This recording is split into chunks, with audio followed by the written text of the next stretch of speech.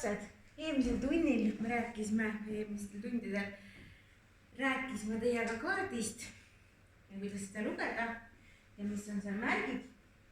Siis täna tutvume ühe kindla kaardiga ja tegemist on siis Eesti kaardiga, kus on kujutatud meie maastik ehk teisisõnu meie selline looduslik kaart. Kõneleme sellest, kus Eestis paiknevad kõrgemad, kus madalamad alad. Samuti tuleb juttu ka meie linnadest, veekogudest, saartest ja poolsaartest.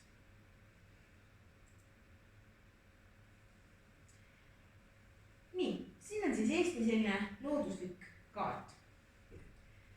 Ja kui seda kaarti vaatad, siis hetkel ei ole siin küll kahjuks välja toodud neid värvide legendi. Aga nii nagu me teame, siis mida selline roheline ala tähendas? Nii, roheline ala näitas siis pigem sellist madalat tasast maismaad. Nagu siin ja siin. Ja mida kollasemaks ja pruunikamaks see läks, seda kõrgem siis maapind seal oli, ehk siis seal on kas mõni küngas või väike mäekene. Ja sinine värv või siis siin on isegi hetkel valge, tähistab siis veekogusid. Sinised siin tegelikult jooned näitavad ilusti jõgesid.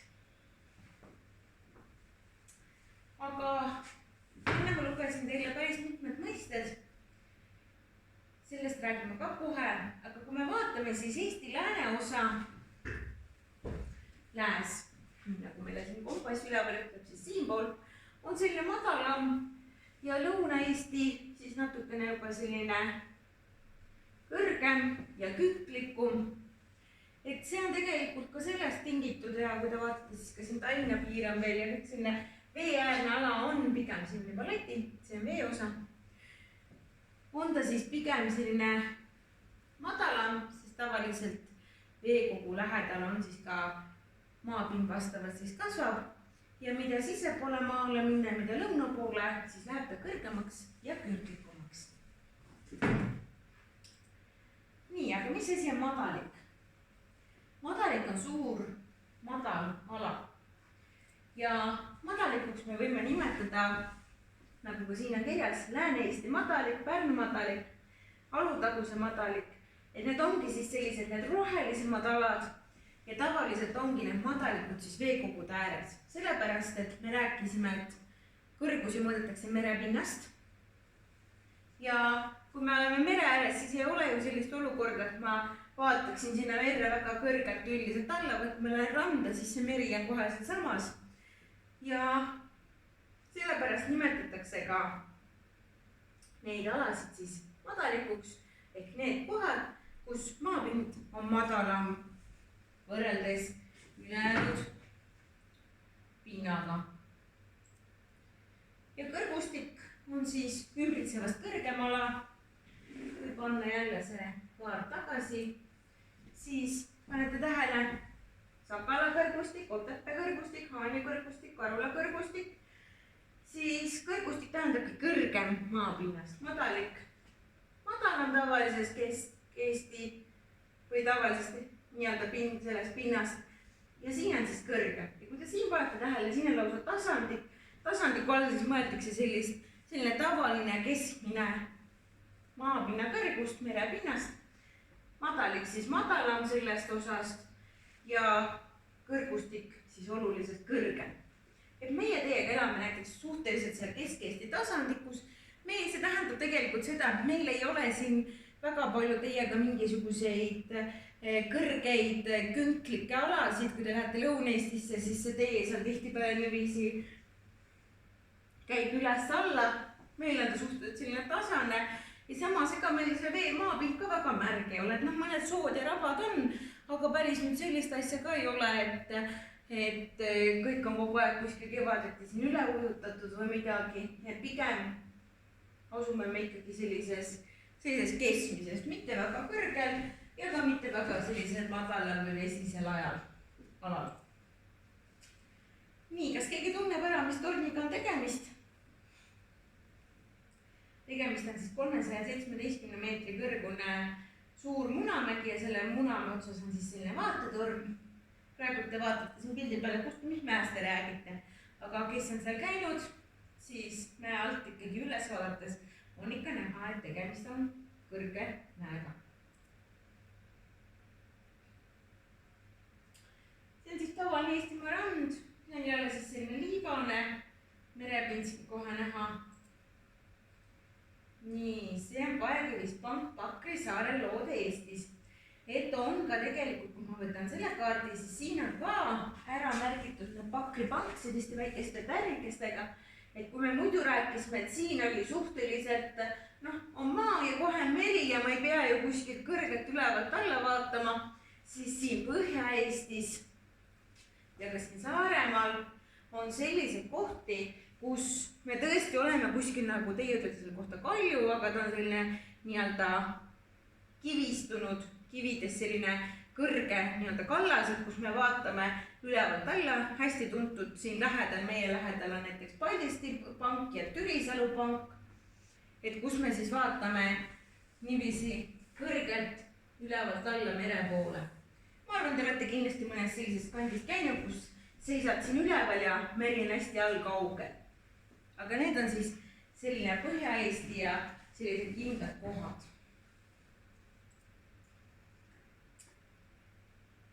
Eestis on 47 linna.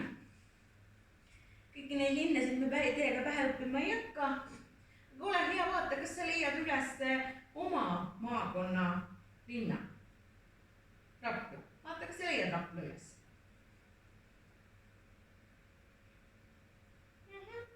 Täitsa seal keskel lilla täpikene. Rapla. Ja kui sa paned tähele, siis tegelikult on nende linnade juures eri värvi sellised täpikesed või mummukesed.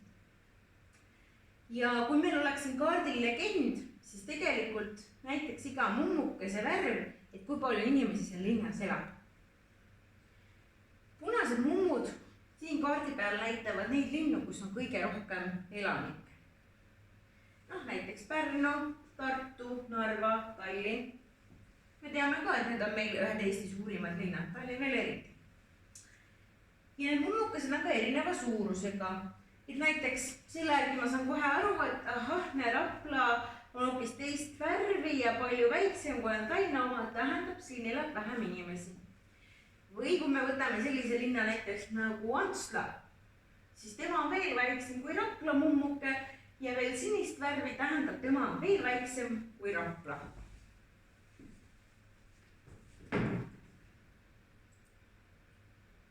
Nii, aga vaatame siit mõningad pilte. Eestis on ka üle 7000 jõe ja umbes 1200 järve, neid me teiega pähe õppima ei hakka.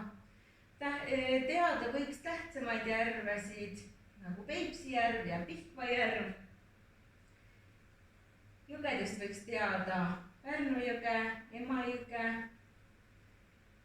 muidugi meie kodukohast läbi voolav Keelejõgi.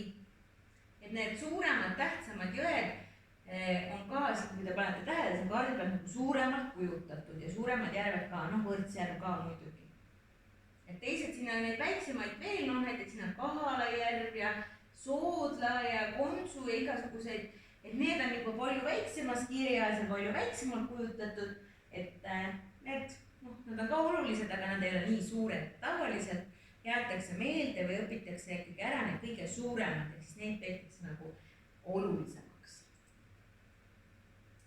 Narva jõgi on Eesti suurim jõgi ja Narva jõgi siis jagab Eesti ja Venemaa piiri, ehk siit ühelt poolt Narva silda, nagu siin pildi peal näete, on Eestimaa ja teise poole peal on juba Venemaa.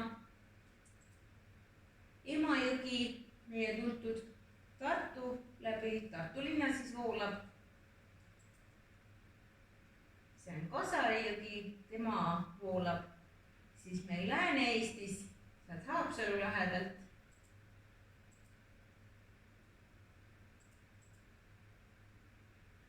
Siin on Võrtsjärv, Ülemiste järv. Nii, saared, näiteks Vormsi saar, ka Saaremaa saar, ka Hiiumaa on saar. nii, aga poolsaar. nii, mis vahe on saarel ja poolsaarel? nii, näitan sulle kohe saart. see on saar ja saar on maismaa osa, mis on ümberringi veega piiratud. kui sa vaatad, kui sa näed siin on maismaa, see on foto tehtud ja sa näed, et igal pool siit tema ümber on vesi, eks? nii, selle ümber on ka igal pool vesi. kui ma panen nüüd sulle aga poolsaare, siis poolsaar on maismaa osa, mis ulatub pikalt merre ja on ainult 3 küljest veega ühendatud. mida see tähendab? näitan sulle kohe meie Eesti kaardi pealt. nii. panen tähele, see on Hiiumaa. nii, kas on igalt poolt tal vesi ümberringi, eks? ta ei ole selle suure mandri osaga ühendatud. igal pool on vesi vahel, eks? see on saar. saar on kõikidest küljedest ümbritsetud veega. nii, aga nüüd näiteks poolsaar on meil siin. see on poolsaar. vaata, siin on vesi, siin on vesi, siin on vesi, aga siit on ta ühendatud ikkagi selle suure Eestimaa osaga ehk maismaaga. ja see ongi vahe. saar on kõikidest külgedest ühendatud ja poolsaar on ühest küljest ühendatud ikkagi maismaaga. ehk kõige lihtsam on nii meelde jätta. saar on 4 küljest veega ümbritsetud ja poolsaar ainult 3.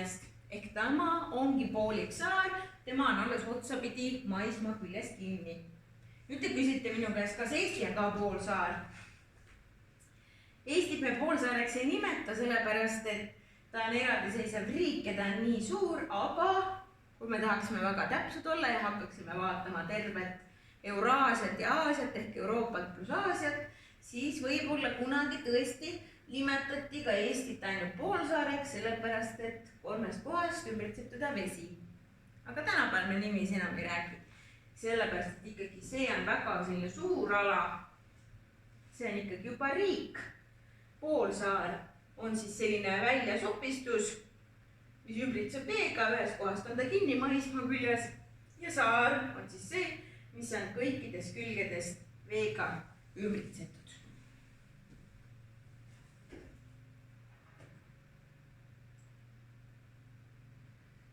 nii, aga nüüd viimasel tunnil on sul ülesanne märkida sinna kaardi peale õpiku abiga igasuguseid järvesid ja jõgesid. kõige olulisem on ära märkida järvedest Peipsi järv, Pihkva järv, Võõtsjärv. jõgedest Emajõgi, siis kindlasti Pärnu ja võiks olla ka Võhandu, kindlasti Narva. poolsaartest, mis tal seal kirjas on, võib-olla siis Paldiski, Kopli ja saared kindlasti, neid päris väikseid saari, nendel kõigil ei olegi nime, aga meie Saaremaa, Hiiumaa, Vormsi, Vormsi, Muhu, sellised võiksid olla ikkagi ära näidatud. nii, aga ole hea, asun nüüd iseseisvalt tööle.